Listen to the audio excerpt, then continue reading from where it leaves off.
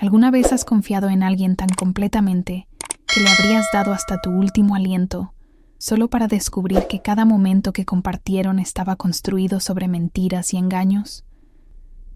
Estoy aquí hoy, viva y más fuerte que nunca, para contarte sobre el día que debería haber sido el más feliz de mi vida, pero que en cambio se convirtió en el catalizador del viaje más aterrador y transformador que jamás he experimentado.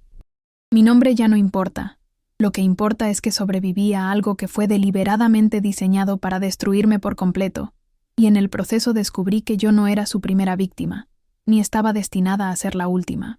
Esta es la historia de cómo el hombre que amé más que a la vida misma me dejó parada frente al altar delante de 200 invitados, no porque tuviera dudas de último momento, no porque hubiera encontrado a otra persona, sino porque destruirme siempre fue parte de su plan macabro. Y esta también es la historia de cómo me aseguré absolutamente de que él nunca, jamás en la vida, volviera a tener el poder de lastimar a otra mujer. Lo que estoy a punto de compartir contigo no es solamente sobre traición o desamor, es sobre algo mucho más siniestro, algo que acecha en las sombras de relaciones aparentemente perfectas, algo que podría estar sucediéndole a alguien que conoces en este preciso momento. Si alguna vez has sentido que algo andaba mal en tu relación, pero no podías identificar exactamente qué era, si alguna vez has descartado tu intuición porque querías creer en el amor con todo tu corazón, entonces necesitas escuchar lo que tengo que decirte. Mi historia comienza en lo que debería haber sido el día más mágico de mi existencia, pero para que realmente comprendas la magnitud de lo que sucedió, necesito llevarte de regreso a donde todo comenzó, porque el monstruo del que me enamoré no mostró su verdadero rostro hasta que fue casi demasiado tarde. Te juro que lo que voy a contarte es la verdad absoluta, por más increíble que parezca. 3 años antes de ese día devastador en el altar, conocí a Marcus en una gala benéfica en el centro de Manhattan.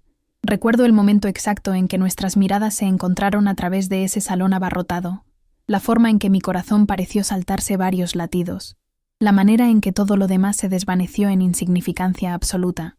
Él estaba parado cerca de la barra, alto e impecablemente vestido con un traje azul marino, a medida que resaltaba su complexión atlética, su cabello oscuro perfectamente peinado, su sonrisa absolutamente devastadora y cautivadora. Cuando caminó hacia mí, sentí como si estuviera viviendo en una de esas películas románticas donde la música crece y el tiempo parece detenerse por completo. Se presentó con tal confianza y encanto, preguntándome sobre mi trabajo como enfermera pediátrica, con un interés genuino que me hizo sentir como si fuera la única persona en todo ese salón de baile. Hablamos durante horas esa noche, de todo y de nada, de nuestros sueños y nuestras infancias, del tipo de vida que queríamos construir para nosotros mismos. Me contó que era consultor de inversiones, que viajaba frecuentemente por trabajo, pero que estaba buscando establecerse con la persona correcta. La forma en que me miraba cuando dijo eso hizo que todo mi cuerpo se sintiera cálido. Me hizo creer que tal vez, solo tal vez, yo era esa persona correcta que él había estado buscando toda su vida. Al final de la velada, yo estaba completamente cautivada, completamente bajo su hechizo irresistible, y cuando me pidió mi número de teléfono, se lo di sin pensarlo 2 veces, con la mano temblando ligeramente mientras lo escribía en su celular. Esa noche, acostada en mi cama sin poder conciliar el sueño, repetí cada momento de nuestra conversación, cada mirada, cada sonrisa, sintiendo que algo significativo y especial acababa de comenzar en mi vida. Dios mío, si tan solo hubiera sabido entonces lo que sé ahora. Nuestro cortejo fue como algo salido de un cuento de hadas, el tipo de romance que hace que tus amigas se sientan simultáneamente envidiosas y esperanzadas de que ese amor realmente existe en este mundo cruel. Marcus me persiguió con una intensidad que se sintió emocionante y abrumadora al mismo tiempo. Me enviaba flores al hospital donde trabajaba, siempre con notas escritas a mano que citaban poesía o simplemente decían cosas como «pensando en ti» o «contando las horas hasta verte de nuevo, mi amor». Recordaba cada pequeño detalle que yo mencionaba de pasada, mi pedido de café favorito, el nombre de mi perro de la infancia, el hecho de que me encantaban las películas antiguas en blanco y negro. En nuestra primera cita oficial, me llevó a un restaurante en la azotea donde vimos el atardecer sobre la ciudad, y me contó historias sobre sus viajes a París y Tokio, pintando cuadros con sus palabras que me hicieron anhelar ver el mundo a través de sus ojos, experimentar la vida como él la experimentaba. Era atento sin ser sofocante, romántico sin ser cursi, fuerte sin ser dominante, o al menos eso era lo que yo creía en ese momento con todo mi corazón. Se integró en mi vida de manera tan perfecta y natural, conoció a mis padres y los encantó completamente, se llevó bien con mis amigas, se convirtió en la persona a la que llamaba primero con buenas o malas noticias. Mi madre, en realidad, lloró la primera vez que lo conoció, apartándome en la cocina para susurrarme que había encontrado a alguien especial, que podía ver cuánto me amaba en la forma en que me miraba. Mi padre, que típicamente era escéptico con cada hombre que yo salía, en realidad le dio su bendición a Marcus, antes de que Marcus siquiera me propusiera matrimonio, diciendo que nunca me había visto tan feliz, tan llena de luz y esperanza. Mi mejor amiga Sara, quien había sido protectora conmigo desde la universidad, me dijo que pensaba que Marcus era absolutamente perfecto para mí, que podía vernos envejeciendo juntos, criando hijos hermosos. Todos en mi vida creían en nosotros, creían en él, y su validación solo reforzó mi propia convicción de que había encontrado a mi alma gemela, mi persona para siempre, aquella con la que estaba destinada a pasar el resto de mi vida. Imagínate, ¿sabes? Creer con todo tu ser que has encontrado a tu persona perfecta. 6 meses después del inicio de nuestra relación, Marcus comenzó a hablar sobre matrimonio con seriedad. Estábamos caminando por Central Park en una tarde fresca de otoño, las hojas tornándose en brillantes tonos de rojo y dorado, cuando se detuvo repentinamente. Se volvió hacia mí y dijo que nunca había estado más seguro de nada en su vida que de su amor por mí. Dijo que cada momento que pasábamos separados se sentía como un desperdicio absoluto, que quería despertar a mi lado cada mañana por el resto de su vida, que quería construir una familia conmigo, crear un hogar conmigo, envejecer conmigo, morir a mi lado. La sinceridad en sus ojos, el ligero temblor en su voz, la forma en que sostenía mis manos como si fuera algo precioso y frágil que podría romperse, todo se sentía tan genuino, tan real, tan absolutamente verdadero que no tenía ninguna razón para dudar. Cuando me propuso matrimonio 3 meses después, en la víspera de Año Nuevo, arrodillándose a medianoche frente a todos nuestros amigos en una fiesta a la que asistíamos, no dudé ni siquiera por un segundo antes de decir que sí con todo mi corazón. El anillo era impresionante, un diamante vintage de corte esmeralda que capturaba la luz, y brillaba como luz estelar capturada, exactamente el estilo que había mencionado que me encantaba cuando habíamos mirado escaparates juntos semanas antes. Recuerdo gritar de alegría, las lágrimas corriendo por mi rostro mientras asentía frenéticamente, mientras nuestros amigos estallaban en vítores y aplausos, mientras Marcus deslizaba ese anillo en mi dedo y me besaba como si su vida dependiera de ello, como si yo fuera el aire que necesitaba para respirar. Esa noche se sintió como el comienzo de todo, como si todos mis sueños finalmente se estuvieran haciendo realidad, como si fuera la mujer más afortunada del mundo entero. Inmediatamente comenzamos a planear nuestra boda, y Marcus estuvo involucrado en cada decisión, lo cual encontré encantador y romántico en ese momento. Tenía opiniones sobre todo, desde las flores hasta el lugar hasta la banda, y aunque algunas de mis amigas bromeaban diciendo que la mayoría de los novios no podían importarles menos los detalles de la boda, yo lo veía como prueba de cuánto le importaba, de cuán invertido estaba en nuestro futuro juntos, de cuánto me amaba realmente.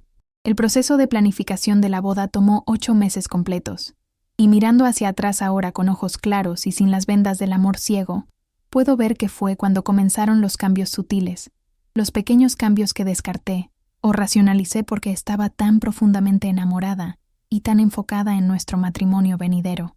Marcus comenzó a volverse ligeramente más controlador sobre cosas pequeñas, sugiriendo qué debería usar para ciertos eventos, ofreciendo su opinión sobre cómo me peinaba el cabello, comentando sobre mis amistades de maneras que parecían cariñosas, pero que en realidad eran aislantes y manipuladoras. Decía cosas como, solo quiero que te veas lo mejor posible, mi amor, o solo estoy velando por ti, cariño, o no creo que Sara sea realmente una buena influencia para ti.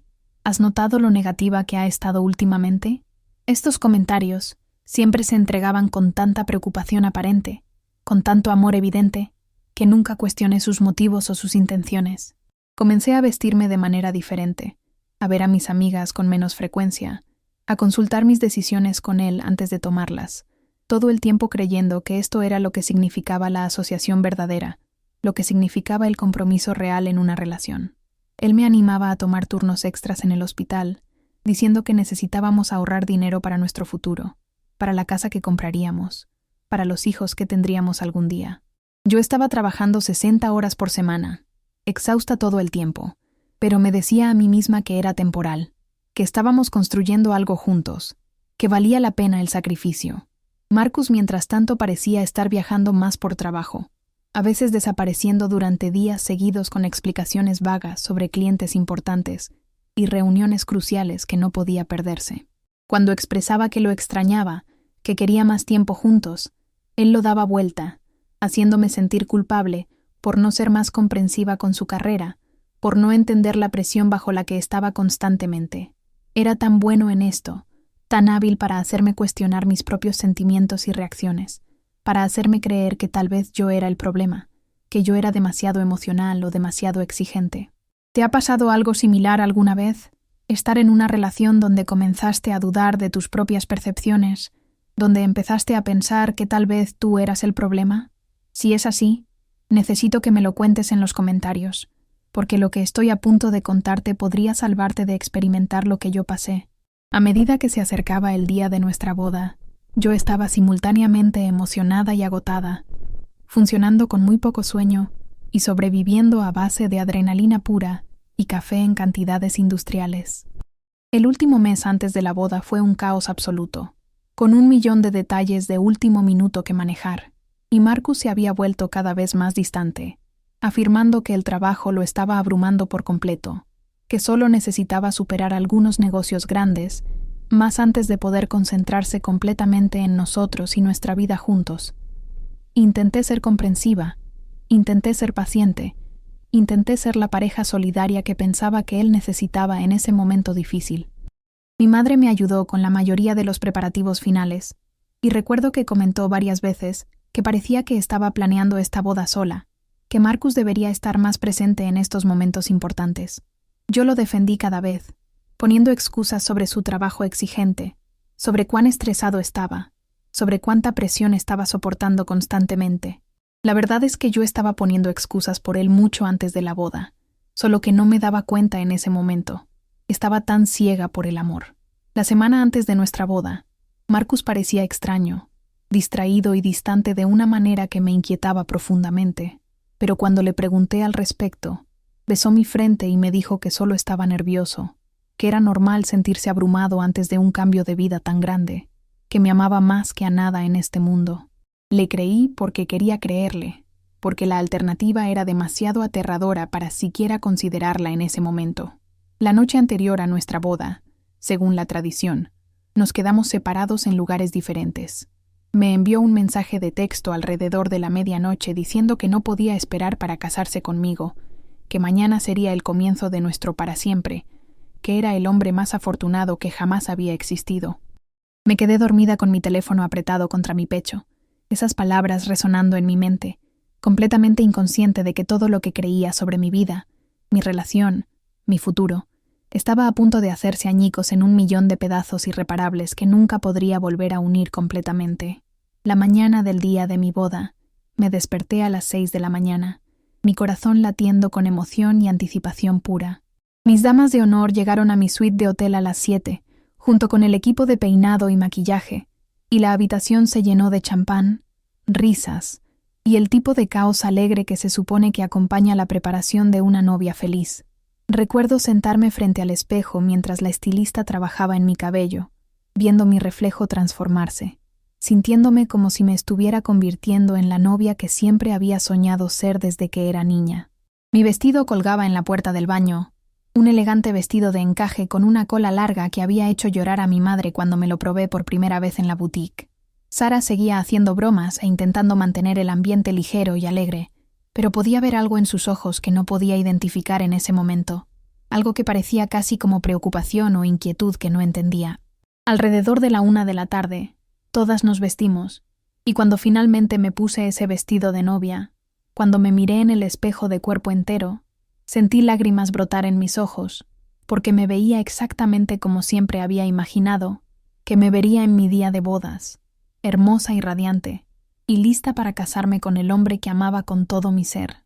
Mi padre llegó para llevarme a la iglesia, y cuando me vio, en realidad se emocionó hasta las lágrimas, diciéndome que me veía igual que mi madre se había visto en su día de bodas, que estaba tan orgulloso de la mujer en la que me había convertido, que Marcus era un hombre afortunado de tenerme.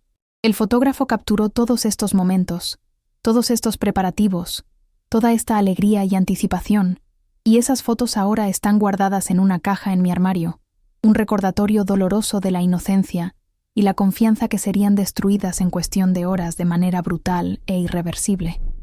Llegamos a la iglesia exactamente a las 2:30 de la tarde, y esperé en la suite nupcial con mis damas de honor, mientras los invitados llegaban y tomaban sus asientos en el templo. Podía escuchar al cuarteto de cuerdas tocando, podía escuchar el murmullo de conversación y risas de la iglesia, podía sentir mi corazón latiendo con emoción y nervios buenos. Mi madre regresó para verme alrededor de las 3 de la tarde, 15 minutos antes de que la ceremonia estuviera programada para comenzar, y se veía estresada, lo cual atribuía a los típicos nervios de madre de la novia que son completamente normales. Se preocupó por mi velo, enderezó mi ramo de flores, besó mi mejilla y me dijo que me amaba más que a nada en este mundo.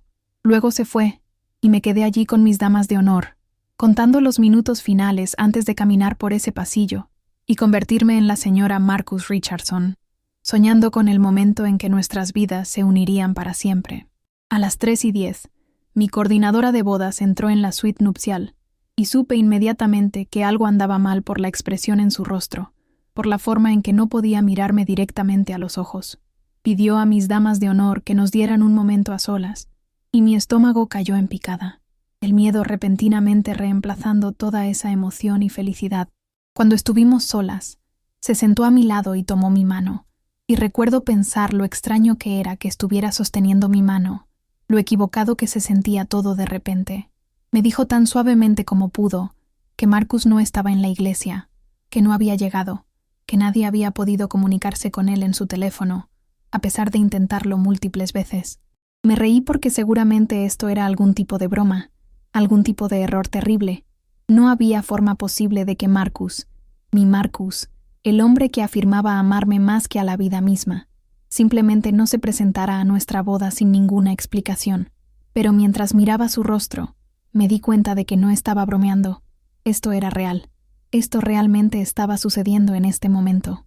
Mis damas de honor regresaron corriendo, Sara inmediatamente envolviendo sus brazos alrededor de mí, mientras comenzaba a temblar incontrolablemente, mientras mi mente intentaba procesar información que simplemente no tenía ningún sentido lógico.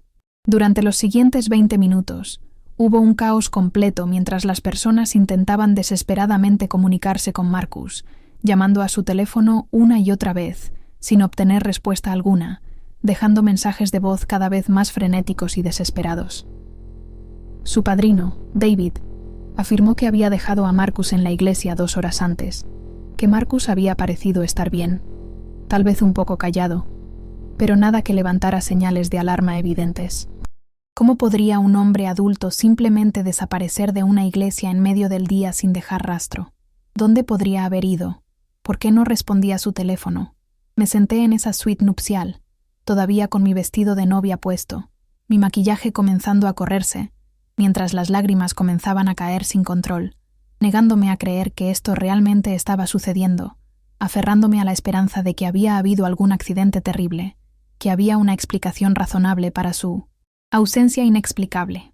Mi padre entró, su rostro rojo de furia y preocupación profunda, preguntándome qué quería hacer, si quería que fuera a buscar a Marcus, si deberíamos llamar a la policía para reportarlo como desaparecido. No podía formar palabras coherentes, no podía tomar decisiones, apenas podía respirar mientras el pánico comenzaba a instalarse en mi pecho como un peso insoportable. Sara sostenía mi mano tan fuerte que pensé que mis huesos podrían romperse, y podía escucharla susurrando que todo estaría bien, aunque ambas sabíamos que nada volvería a estar bien nunca más después de esto. A las 3:45, mi madre tomó la decisión por mí, diciéndole a la coordinadora de bodas que informara a los invitados que la boda estaba siendo pospuesta debido a circunstancias imprevistas que escapaban a nuestro control. No podía enfrentar a esas 200 personas, no podía salir ahí y admitir que me habían dejado en el altar como algún tipo de cliché trágico, como el remate de una broma cruel del universo. Me quedé escondida en esa suite nupcial, escuchando los murmullos confusos, mientras los invitados comenzaban a irse del templo, imaginando sus conversaciones susurradas y sus miradas de lástima, sintiendo vergüenza y humillación, lavarme en olas que amenazaban con ahogarme completamente en ese momento. No fue sino hasta más tarde esa noche, después de haber sido llevada de regreso a mi habitación de hotel, después de haber sido despojada de ese vestido de novia, que ahora se sentía como un disfraz de payaso, después de haber llorado hasta no tener lágrimas en mi cuerpo, que finalmente recibí un mensaje de Marcus. No una llamada telefónica, ni siquiera un mensaje de texto directo, sino un correo electrónico frío e impersonal. Un correo electrónico, ¿te imaginas? Ser dejada en el altar, y luego recibir un correo electrónico del hombre que se suponía se convertiría en tu esposo en cuestión de horas. El asunto decía, lo siento, y mis manos temblaban tan mal que apenas podía abrir el mensaje. El mensaje era corto, frío, completamente desprovisto de la calidez y el amor que supuestamente habían definido nuestra relación durante 3 años. Escribió que no podía seguir adelante con la boda, que se había dado cuenta de que no estaba listo para el matrimonio después de todo, que esperaba que yo pudiera entender y eventualmente perdonarlo por esta decisión difícil. No había explicación real, no había disculpa genuina, no había reconocimiento de la devastación absoluta que acababa de causar en mi vida. Se leía como un correo electrónico de negocios, formal y distante, como si estuviera cancelando una reunión de trabajo en lugar de destruir completamente la vida de alguien que supuestamente amaba. Leí ese correo electrónico, probablemente 50 veces esa noche, buscando significado oculto, buscando algún signo del hombre que creía conocer tan bien, buscando cualquier indicación de que esto era algún tipo de error terrible que podría arreglarse de alguna manera. Pero no había nada, solo esas palabras frías e impersonales que no me decían absolutamente nada sobre por qué había sucedido esto o qué había hecho mal para merecer este trato. Sara se quedó conmigo toda esa noche entera, sosteniéndome mientras sollozaba, mientras me enfurecía, mientras pasaba por cada emoción posible que un ser humano puede experimentar en su vida. Llamé al teléfono de Marcus probablemente 100 veces, siempre llegando a su buzón de voz, dejando mensajes que comenzaron como súplicas por una explicación y eventualmente se convirtieron en llantos incoherentes de dolor puro. Mis padres vinieron a la mañana siguiente, mi padre luciendo como si quisiera matar a alguien con sus propias manos, mi madre luciendo como si alguien la hubiera matado a ella por dentro. La boda que nunca sucedió se convirtió en el tema de conversación de todo nuestro círculo social, y podía sentir la lástima y curiosidad de la gente, como un peso físico presionando sobre mí constantemente, aplastándome poco a poco. Los días que siguieron fueron los más oscuros de toda mi vida entera, y no exagero cuando digo que no estaba segura de que fuera a sobrevivirlos sin perder completamente mi cordura. Llamé para reportarme enferma en el trabajo, incapaz de enfrentar a mis colegas, incapaz de funcionar como un ser humano normal y productivo. Me quedé en mi apartamento con las cortinas cerradas, sin ducharme durante días, apenas comiendo algo que pudiera mantenerme con vida, simplemente existiendo en una niebla de dolor y confusión y humillación absoluta. Todos nuestros regalos de boda tuvieron que ser devueltos a los invitados, todos nuestros proveedores tuvieron que ser contactados y cancelados, todos nuestros planes tuvieron que ser deshechos pieza por pieza, y cada una de estas tareas se sentía como una herida fresca en mi corazón destrozado.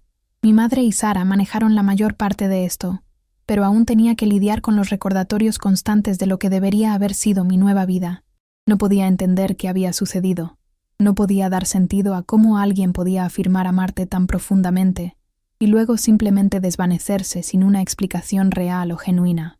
Me culpé constantemente a mí misma, reproduciendo cada momento de nuestra relación en mi mente, buscando qué había hecho mal, cómo lo había fallado, por qué no había sido suficiente para él. Dejé de dormir adecuadamente, atormentada por pesadillas donde estaba parada en ese altar una y otra vez, esperando a un novio que nunca llegaría a rescatarme de mi vergüenza. Dejé de comer mucho, mi apetito completamente desaparecido, y perdí probablemente 7 kilos en esas primeras semanas de infierno puro. Mis amigas estaban preocupadas por mí. Mis padres estaban preocupados por mí. Incluso mi terapeuta, a quien había comenzado a ver inmediatamente después del desastre de la boda, estaba preocupada por mi estado mental. Pero no podía parecer sacarme a mí misma de esta oscuridad profunda. No podía parecer encontrar ninguna razón para seguir adelante con mi vida. El hombre que había amado, el hombre en quien había confiado con todo mi futuro, me había usado de alguna manera que aún no podía comprender completamente, y el no saber por qué era casi peor que el abandono mismo. Una tortura psicológica constante. Aproximadamente 3 semanas después de la boda, que nunca fue, recibí un paquete por correo sin remitente que me hizo sospechar inmediatamente. Dentro había una memoria USB y una nota escrita a mano que decía simplemente: «Pensé que deberías saber la verdad sobre Marcus. Lamento que esto también te haya pasado a ti». Mis manos temblaron mientras sostenía esa memoria USB, mientras miraba fijamente esas palabras, mientras mi mente intentaba procesar qué significaba «también» en este contexto tan extraño. Inmediatamente llamé a Sara y le pedí que viniera porque estaba demasiado aterrorizada para mirar lo que fuera que hubiera en esa unidad yo sola, sin apoyo emocional. Cuando llegó, nos sentamos juntas en mi sofá, mi computadora portátil entre nosotras, e inserté la memoria USB, con una sensación de pavor, instalándose profundamente en mi estómago como plomo derretido. Lo que encontramos en esa unidad cambió absolutamente todo.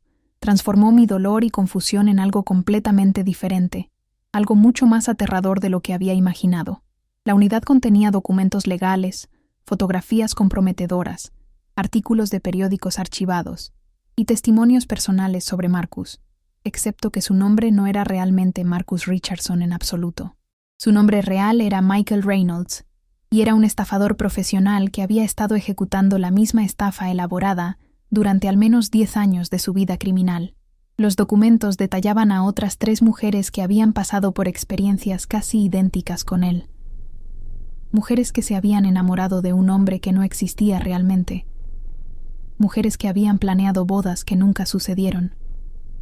Mujeres que habían quedado devastadas y confundidas exactamente como yo estaba ahora. Pero era peor que eso, mucho peor de lo que mi mente podía procesar. Marcus, o Michael, o como sea que se llamara realmente este monstruo, no solo dejaba a las mujeres en el altar sin razón aparente, estaba ejecutando una estafa financiera elaborada, usando el proceso de planificación de la boda para obtener acceso al dinero de sus víctimas, su crédito, su información financiera personal. Durante los meses de nuestra relación y compromiso, lenta y metódicamente, se había posicionado para drenar cuentas bancarias, abrir tarjetas de crédito a nombre de sus víctimas, obtener préstamos usando su información como garantía colateral. La boda nunca iba a suceder porque la boda nunca fue el punto final. El punto era acercarse lo más posible a alguien vulnerable, ganar su confianza completa y absoluta, acceder a sus recursos financieros, y luego desaparecer justo antes de que cualquier matrimonio legal pudiera complicar su escape perfecto hacia una nueva identidad. Mientras Sara y yo leíamos estos documentos con horror creciente, mientras mirábamos fotos de otras mujeres paradas en vestidos de novia luciendo exactamente tan devastadas como yo me sentía, mientras leíamos sus historias que reflejaban la mía en detalles aterradores, sentí algo cambiar dentro de mi ser. El dolor y la autoculpa que me habían estado consumiendo comenzaron a transformarse en rabia pura, en ira justiciera, en una determinación ardiente de asegurarme de que lo que me pasó a mí, lo que les pasó a estas otras mujeres inocentes, nunca le pasara a nadie más en el futuro. Yo no era solo una víctima de desamor romántico, era víctima de un crimen calculado y premeditado, y de repente mi dolor tenía contexto real, tenía significado más allá del fracaso personal que había asumido. Pasé toda esa noche leyendo y releyendo cada pieza de información en esa memoria USB, memorizando detalles importantes, tratando de entender el alcance completo de lo que me habían hecho y lo que les habían hecho a otras. La mujer que me había enviado este paquete, Salvador, cuyo nombre era Jennifer, incluía su número de teléfono y una invitación a llamarla si quería hablar sobre todo esto. A la mañana siguiente, todavía funcionando sin haber dormido nada pero sintiéndome más lúcida que en semanas, la llamé con el corazón latiendo. Jennifer respondió al segundo timbre, y lo primero que dijo fue: «Lamento mucho que ahora seas parte de este club terrible». Hablamos durante casi 3 horas seguidas, y ella me contó su historia completa. Cómo había conocido a alguien llamado Martin Richardson hace 5 años, cómo él la había conquistado completamente, cómo había planeado una boda que nunca sucedió, cómo había quedado financieramente devastada y emocionalmente destruida por completo. Me dijo que le había tomado 2 años completos juntar las piezas del rompecabezas, darse cuenta de que lo que le sucedió era parte de un patrón criminal, y otro año más para encontrar a las otras víctimas y compilar toda la evidencia en esa memoria USB. Dijo que había visto el anuncio de mi boda en una columna social y reconoció la foto de Marcus inmediatamente, que había intentado contactarme antes de la boda, pero no pudo encontrar mi información de contacto a tiempo para salvarme. La culpa en su voz era palpable y desgarradora, pero le dije que en realidad me había salvado al enviarme esto, que sin esta información yo podría haber pasado el resto de mi vida culpándome a mí misma, nunca entendiendo que había sido objetivo de un criminal profesional y despiadado. Jennifer me conectó con las otras víctimas conocidas, mujeres llamadas Patricia y Samantha, y durante las siguientes semanas, todas comenzamos a hablar regularmente, compartiendo nuestras historias dolorosas, comparando notas detalladas, apoyándonos mutuamente a través de nuestro trauma colectivo que nos unía. Lo que emergió de estas conversaciones profundas fue una imagen clara del patrón y metodología de Marcus Michael como depredador. Él se dirigía específicamente a mujeres exitosas e independientes de finales de los 20 y tantos a principios de los 30, mujeres con buen crédito y trabajos estables, mujeres que estaban en un punto de sus vidas donde buscaban activamente una pareja y matrimonio estable. Era excepcionalmente hábil para crear identidades falsas convincentes, para tejer historias elaboradas sobre su trabajo y antecedentes que eran difíciles de verificar independientemente, para moverse a través de diferentes ciudades y círculos sociales sin dejar rastros obvios que pudieran seguirse. Invertiría meses en cada relación, jugando el juego largo pacientemente, siendo paciente y metódico, nunca apresurando los aspectos financieros hasta que comenzara la planificación de la boda y sus víctimas estuvieran completamente invertidas emocionalmente. Durante el periodo de compromiso, gradualmente obtendría acceso a información financiera sensible, animaría a sus víctimas a consolidar cuentas para su futuro juntos, sugeriría inversiones o movimientos financieros que finalmente lo beneficiarían solo a él. La boda misma era su estrategia de salida perfecta, el momento de máxima devastación emocional, que dejaría a sus víctimas demasiado traumatizadas y humilladas para perseguir inmediatamente acciones legales, comprándole tiempo precioso para desaparecer y reinventarse en una nueva ubicación con una nueva identidad falsa. Calculamos juntas que nos había robado aproximadamente $400,000 de las 4 combinadas, destruyendo nuestro crédito, dejándonos con deudas masivas y causando trauma psicológico que tomaría años sanar completamente. Mientras hablábamos, mientras armábamos esta imagen horrorosa pieza por pieza, me di cuenta de que mi dolor era parte de algo mucho más grande, que tenía una responsabilidad no solo conmigo misma, sino con cada mujer que pudiera convertirse en su próximo objetivo vulnerable. Tomé una decisión en esas semanas siguientes al desastre de la boda que definiría el próximo capítulo completo de mi vida. Decidí que no iba a ser una víctima silenciosa, que no iba a permitir que la vergüenza y la humillación me impidieran luchar de vuelta, que iba a usar cada recurso disponible para asegurarme de que Marcus Michael enfrentara consecuencias reales por lo que había hecho a tantas mujeres inocentes. El primer paso lógico fue ir a la policía, lo cual resultó ser más complicado de lo que esperaba ingenuamente. Fui a mi comisaría local, con toda la documentación que Jennifer había compilado meticulosamente, lista para presentar un informe y comenzar el proceso de presentar cargos criminales contra él. Pero el detective con el que hablé, aunque simpático con mi situación, explicó que casos como este eran increíblemente difíciles de procesar legalmente porque Marcus Michael había tenido cuidado de nunca hacer nada abiertamente ilegal durante nuestra relación según las leyes. No había robado dinero directamente de mis cuentas bancarias. Me había convencido de darle acceso voluntariamente. No había falsificado mi firma en documentos importantes. Me había persuadido a firmar cosas voluntariamente sin presión evidente. La manipulación emocional y el engaño, aunque moralmente reprensibles, no necesariamente constituían fraude criminal de una manera que se sostendría en la Corte de Justicia. El detective sí tomó mi informe oficial y dijo que investigarían el caso, pero fue honesto conmigo sobre la probabilidad de un enjuiciamiento exitoso, especialmente porque Marcus Michael indudablemente ya había salido del estado y posiblemente del país entero. Salí de esa estación de policía sintiéndome frustrada e impotente, sintiendo que el sistema que esperaba me protegiera me estaba fallando terriblemente, pero me negué absolutamente a rendirme en mi búsqueda de justicia. Si el sistema legal tradicional no iba a entregar justicia, tendría que encontrar otra manera de hacerlo yo misma. Durante los siguientes meses intensos, me lancé de lleno a lo que se convirtió en una investigación a gran escala y una campaña de defensa exhaustiva. Me conecté con abogados especializados en casos de fraude, con investigadores privados que acordaron ayudar a rastrear los movimientos de Marcus Michael, con periodistas que estaban interesados en contar esta historia importante al público. Jennifer, Patricia, Samantha y yo juntamos nuestros recursos, tanto financieros como informativos, trabajando juntas como nuestra propia agencia de detectives aficionados. Creamos un sitio web privado, documentando los alias conocidos de Marcus Michael, sus fotos, sus patrones de comportamiento, sus últimas ubicaciones conocidas. Nos comunicamos con proveedores de bodas, lugares de eventos, fotógrafos, cualquiera que pudiera tener registros de él, planeando bodas que nunca sucedieron en sus negocios. Examinamos las redes sociales obsesivamente, buscando cualquier rastro de él, cualquier indicación de dónde podría resurgir y a quién podría estar apuntando como próxima víctima. Era un trabajo exhaustivo, consumidor, a veces obsesivo hasta niveles poco saludables, pero me dio un propósito cuando desesperadamente lo necesitaba. Me dio una razón para levantarme de la cama cada mañana con determinación. Mi terapeuta estaba preocupada de que quizás estuviera demasiado enfocada en esta misión justiciera, que no estaba procesando adecuadamente el duelo y sanando de mi trauma personal, pero le expliqué que esta era la forma en que yo estaba sanando, que buscar justicia era parte integral de mi proceso de recuperación emocional. Volví al trabajo en el hospital, pero pasaba cada momento libre en esta investigación apasionada.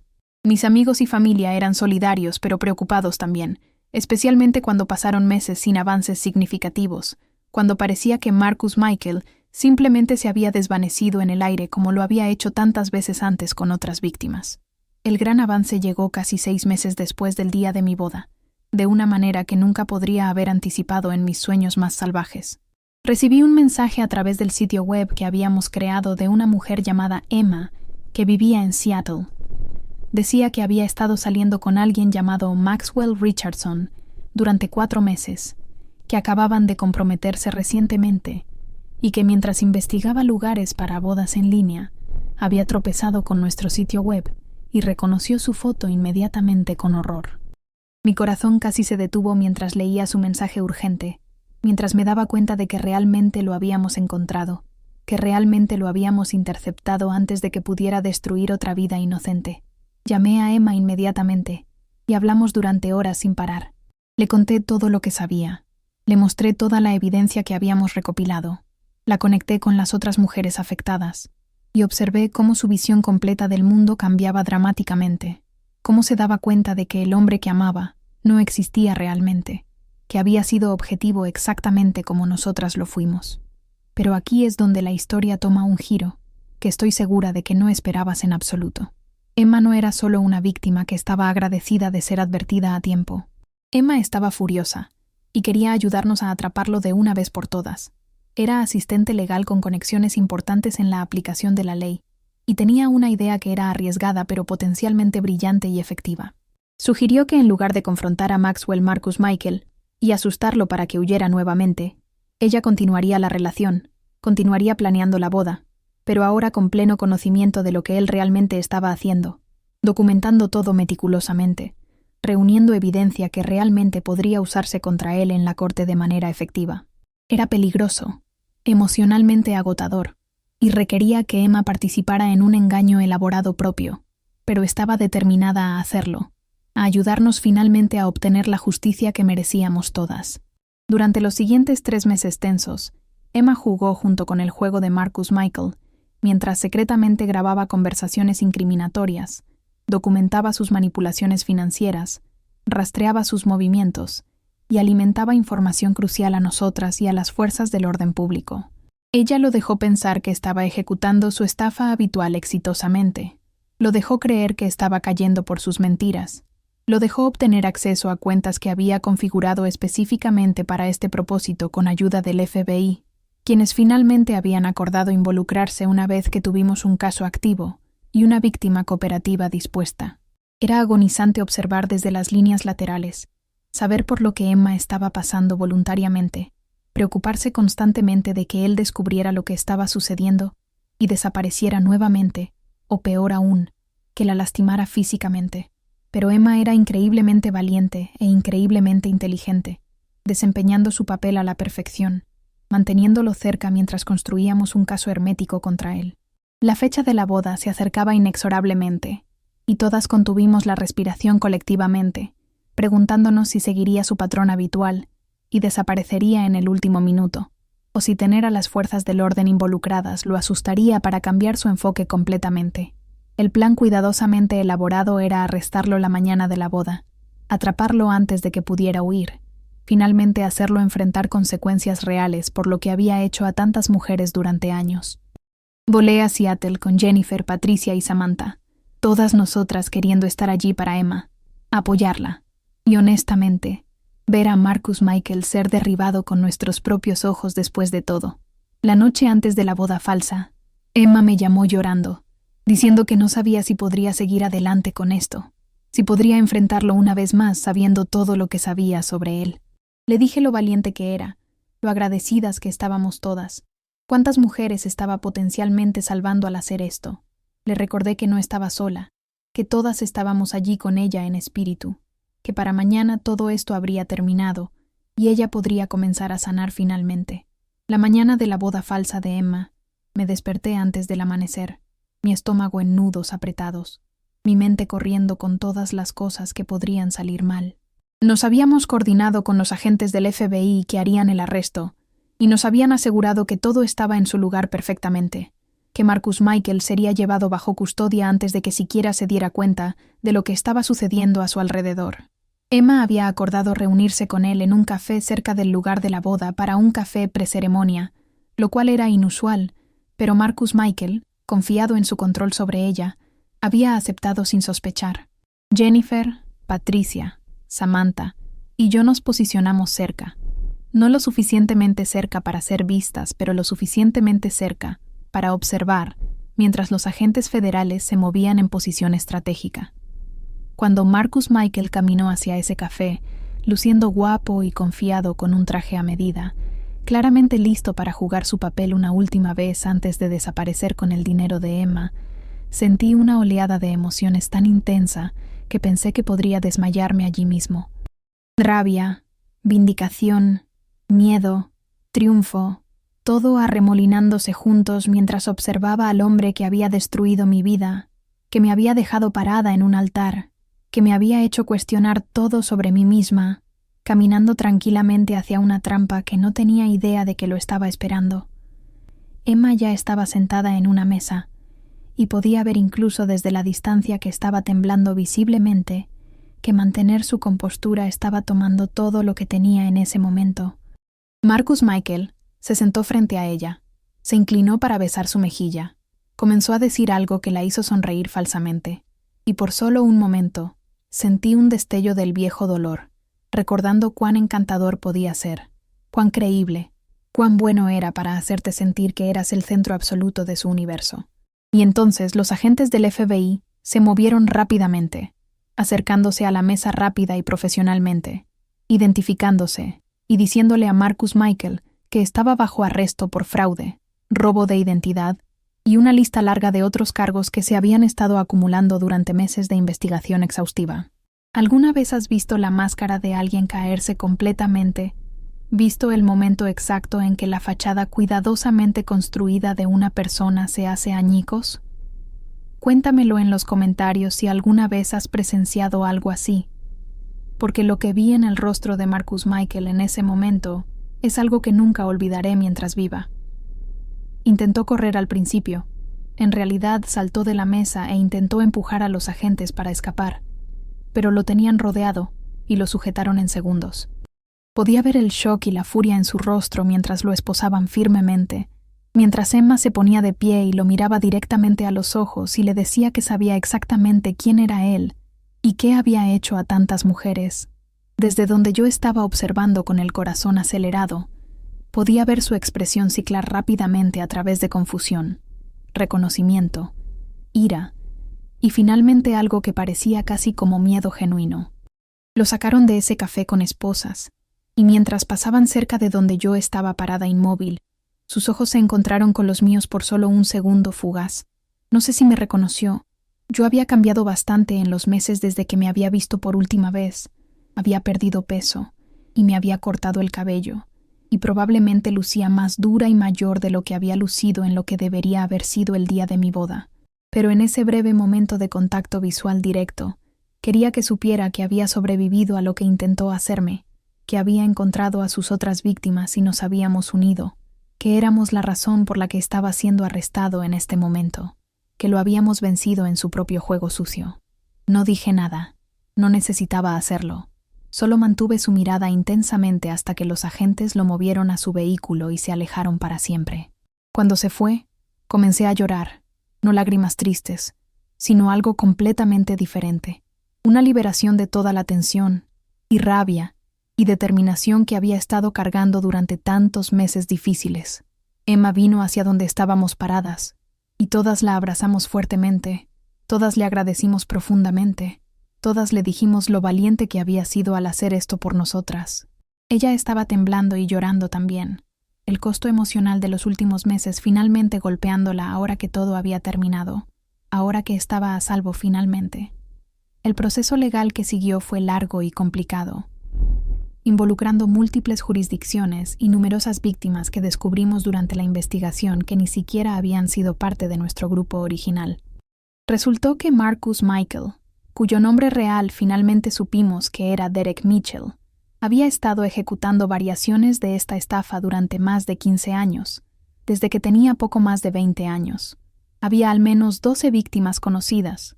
Posiblemente más que nunca se presentaron por vergüenza o miedo, o simplemente por no darse cuenta de que habían sido objetivo de la misma persona. Cada una de nosotras tuvo que dar deposiciones legales, tuvo que revivir nuestro trauma en detalle para abogados y jueces, tuvo que enfrentar a Derek en la corte durante el juicio extenso. Testifiqué sobre nuestra relación completa, sobre la boda que nunca sucedió, sobre la devastación financiera y emocional que sus acciones habían causado en mi vida. Mirándolo desde ese estrado del tribunal, viéndolo con un traje barato en lugar de la ropa cara que siempre había usado, viéndolo sin el encanto y la confianza que una vez me habían cautivado completamente, sentí una sensación de cierre que no sabía que necesitaba desesperadamente. Este no era el hombre del que me había enamorado porque ese hombre nunca había existido realmente.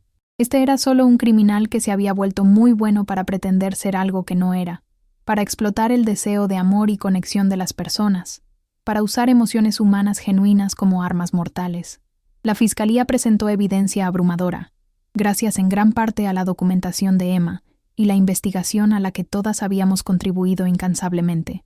Y Derek fue finalmente condenado por múltiples cargos de fraude, robo de identidad y robo por engaño. Fue sentenciado a 18 años en prisión, lo que se sintió simultáneamente como justicia y como no suficiente castigo por las vidas que había arruinado, por la confianza que había destruido, por los años de terapia que tantas de nosotras necesitaríamos para recuperarnos de lo que nos había hecho deliberadamente. Después del juicio, después de que Derek fue sentenciado y llevado para comenzar a cumplir su tiempo en prisión, tuve que descubrir cómo reconstruir realmente mi vida, cómo avanzar desde una experiencia que me había cambiado fundamentalmente como persona. La mujer que había estado parada en esa suite nupcial hace más de un año, esperando casarse con un hombre que amaba, ya no existía más.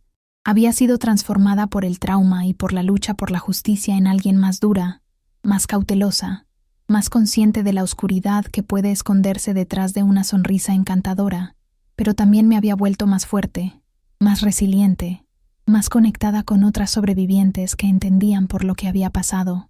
Las 5, Jennifer, Patricia, Samantha, Emma y yo, permanecimos cercanas, formando un vínculo que fue forjado en dolor compartido, pero fortalecido por acción colectiva.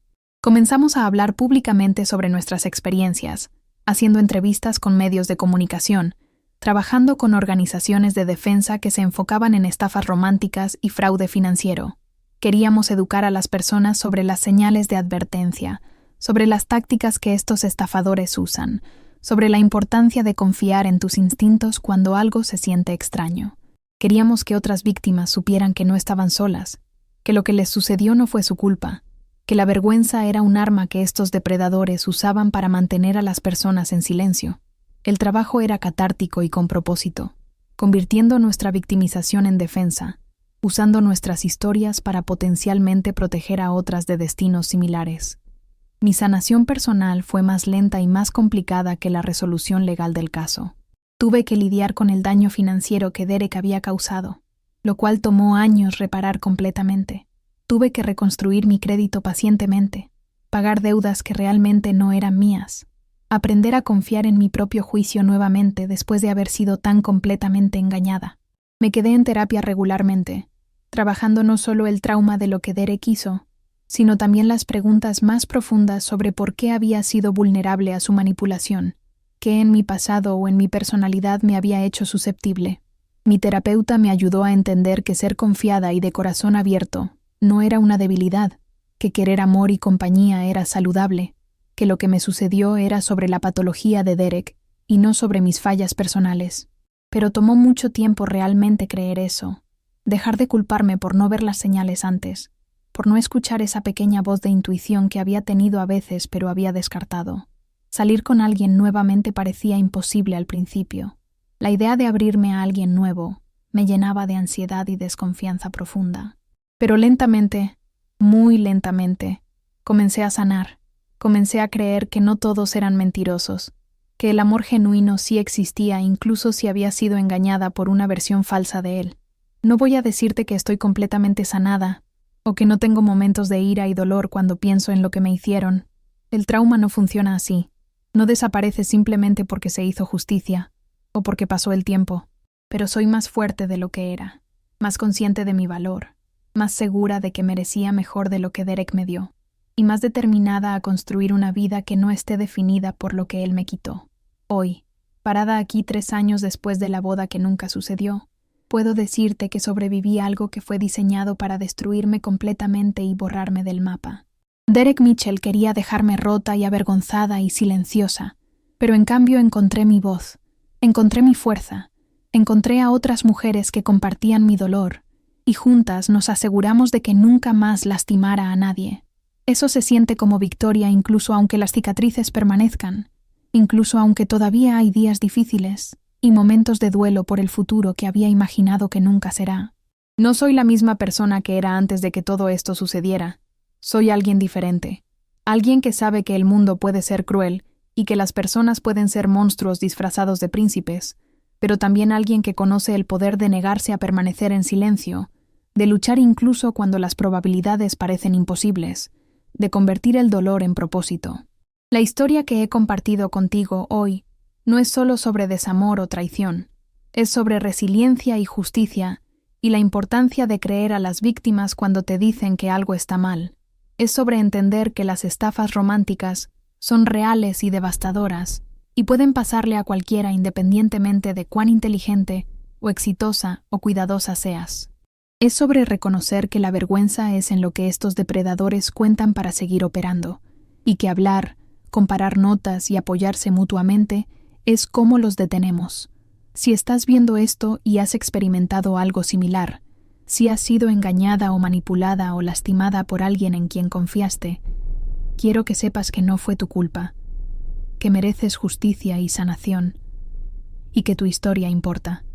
Necesito pedirte algo ahora mismo, a todos los que han visto esta historia y se han quedado conmigo a través de este viaje increíblemente difícil.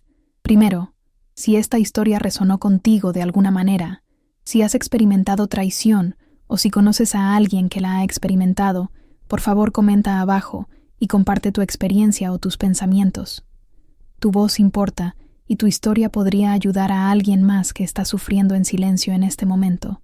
Entender el contenido que acabas de escuchar es críticamente importante porque estos patrones de manipulación y fraude son más comunes de lo que la mayoría de las personas se dan cuenta, y la educación es nuestra primera línea de defensa contra depredadores como Derek Mitchell. Si esta historia tocó tu corazón, si te hizo sentir algo, si te recordó que las sobrevivientes pueden convertirse en guerreras, por favor presiona ese botón de like para mostrar tu apoyo.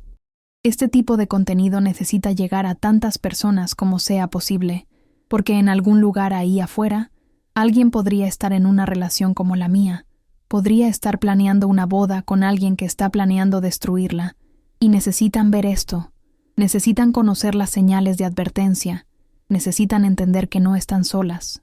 También quiero animarte a que te suscribas a Desde mi Mirada, porque este canal está dedicado a compartir historias reales de supervivencia, fuerza y justicia, historias que necesitan ser escuchadas, historias que pueden salvar vidas y cambiar perspectivas. Asegúrate de activar la campanita para que nunca te pierdas otra historia que podría ser importante para ti o para alguien que amas. Cada vista, cada like, cada compartir ayuda a que estas historias lleguen a personas que las necesitan, ayuda a que las sobrevivientes se sientan menos solas, y ayuda a crear una comunidad de personas que se niegan a dejar que los depredadores operen en silencio. Finalmente, quiero dejarte con este mensaje de esperanza que me tomó años creer verdaderamente, pero que ahora sostengo ferozmente. Lo que te sucedió, lo que sea que fue, cualquier dolor que hayas soportado, no define tu valor, ni determina tu futuro, a menos que lo permitas. No eres lo que te hicieron, eres lo que eliges hacer con las consecuencias. ¿Cómo eliges reconstruir? ¿En quién eliges convertirte del otro lado del trauma? Durante tanto tiempo creí que Derek me había destruido completamente, que nunca me recuperaría de lo que hizo, que nunca podría confiar o amar, o sentirme segura nuevamente. Pero aquí estoy, no solo sobreviviendo, sino realmente viviendo, construyendo una vida que tiene significado y propósito más allá de lo que él intentó quitarme.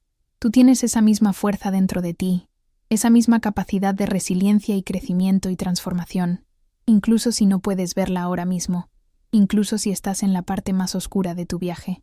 Sigue luchando, sigue hablando, sigue negándote a dejar que la vergüenza te silencie, porque así es como sanamos, y así es como nos aseguramos de que las personas que intentaron rompernos no ganen al final.